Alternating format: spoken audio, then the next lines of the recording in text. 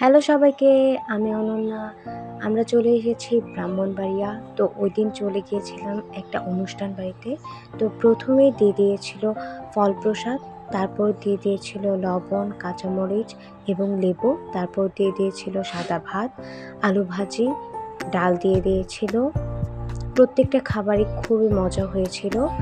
দেন দিয়ে দিয়েছিল মাছের ভাজা, তারপর দিয়ে দিয়েছিল শুটকি ভর্তা, তারপর দিয়ে দিয়েছিল মাছের একটা রসা। শুটকি ভর্তাটা খুবই ঝাল হয়েছিল, বাট খেতে খুবই ভালো হয়েছিল। অনেকগুলো আইটেমই করেছিল। তারপর দিয়ে দিয়েছিল মুড়ি ঘন্ট। প্রত্যেকটা খাবারই খুবই মজা হয়েছিল, খুবই তৃপ্তি করে খাচ্ছিলাম প্রত্যেকটা খাবার। তারপর দিয়ে দিয়েছিল টমেটো দিয়ে ডাল, এটাও খেতে খুবই মজা হয়েছিল।